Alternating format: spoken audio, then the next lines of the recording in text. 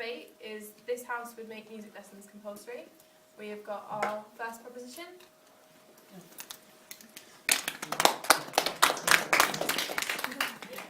Hi, I'm Mohammed and I'm the first speaker for the proposition. Our motion is, should music lessons be compulsory to the school curriculum for secondary school, starting next year for the year 9 students for their options and for year 7s. Seren will be talking about how it helps with other subjects. Harry will be talking about beneficial to other subjects like maths, and Abdurrahman will be summarising it. My first point is people who are autistic, they need to discover their creativity. And my second point is people who are interested in music, it can widen their opportunity to get a job, and yeah.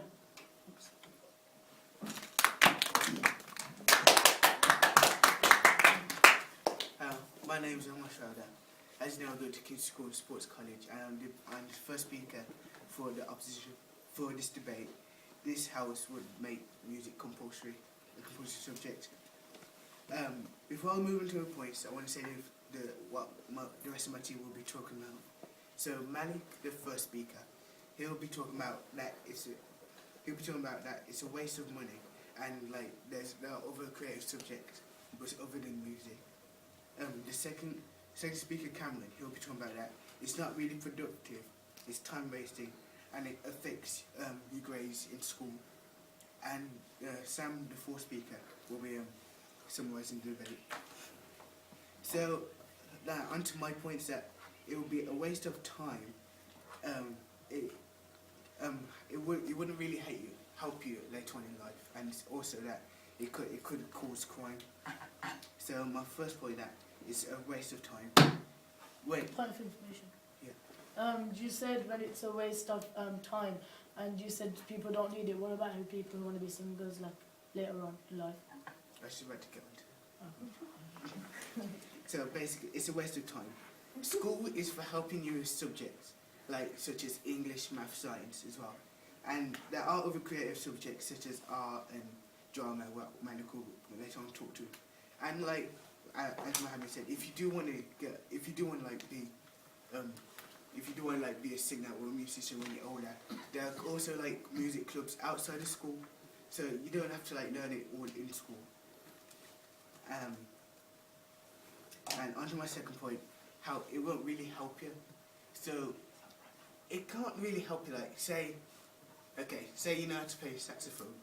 Will that help you really with your maths? Point of information. I learned it's definitely fine. Point of information. No, thank you. That it won't really help you really. Okay, so you learn to play saxophone. Is it going to help you do long division? No, it won't. Okay, you're playing the violin. Is it going to help you write a long paragraph about Romeo and Juliet? No, it really wouldn't. And onto my last point, it could cause crime. Okay, so you're coming home from your music practice, and you're carrying this 100 to 250 pound guitar.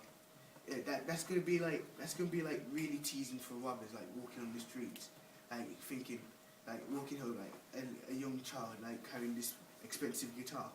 Yeah, and it could get robbed. Would you really want that to happen to you? No, you wouldn't. So Becky, Callum, Chris, make the right decision and vote opposition. Thank you.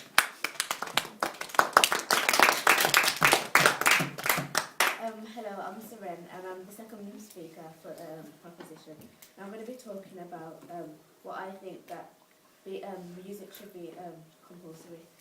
My first point, there have been recent studies that students with coursework and experience in music performances and music appreciation scored higher on their SATs.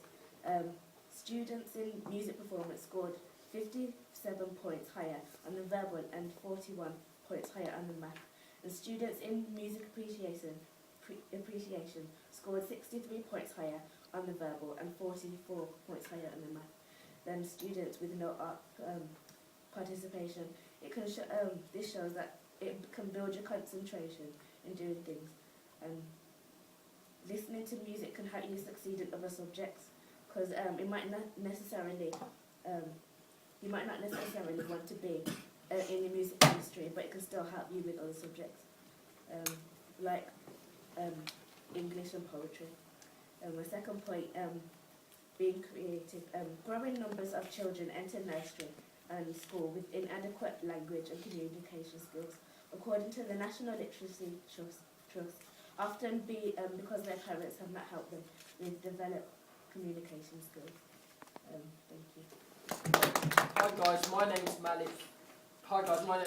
And today I'm for the opposition, and we're going to be talking about how music should have been secondary schools or primary schools, or just like in every single college or university. So first off, I'm going to be starting off with saying no guarantee in good jobs once you get out of school. Once you get out of school, there's only a limited amount of jobs that you can get relating to music. For instance,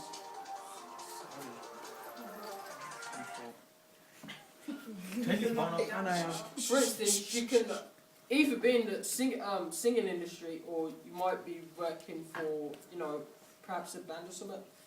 And the second point that I got is you pay too much once you find music so interesting. When you go to college, you pay too much for it, and there's still no guarantee that you'll get a job once you get out of school. So I'm going to be talking about the controversy of the current music industry. As you all know, the current music industry is diabolical because artists tend to sell their souls to the devil, which is a bad influence to children and students. Other information. Go on. Do you know some people have a mind not to do that though? Alright, and money wasted to spend, I've already talked about that. So the third point is how music feels to me. So before I came to this school, I was in international, which we did music, but I didn't find it particularly interesting because people were always disrupting the lesson because music got them too excited. And secondly, I didn't like it because it didn't help me in my grades, and I wouldn't say it improved, but I would say music was just a waste of time, and I would prefer like a better lesson than music. So fine. But it can widen your job variety work when you're older and you get into colleges. Well, not really. So just sit down. So that's the last point. Vote for opposition.